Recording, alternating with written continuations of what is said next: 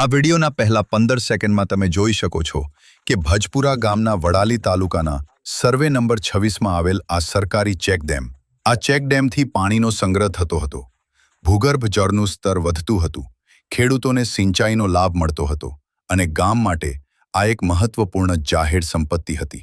પરંતુ હવે આગળના 30 સેકન્ડમાં તમે જોઈ શકો છો કે આ જ સરકારી ચેકડેમને માટીથી સંપૂર્ણ રીતે બૂરવામાં આવ્યો છે.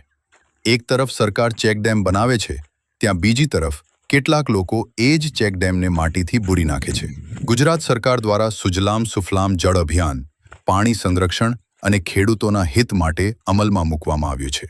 તો તાલુકા વિકાસ અધિકારી સાહેબ, સરપંચ અને તલાટીશ્રીને આદરપૂર્વક એક સીધો સવાલ પૂછું છું.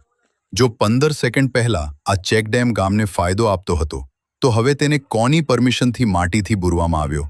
તો હવે આ પાણી હવે ક્યાં જશે? ખેડૂતોને સિંચાઈ સુજલામ સુફલામ જળ અભિયાનનું શું? આ વિડીયો જાહેર જાગૃતિ માટે છે.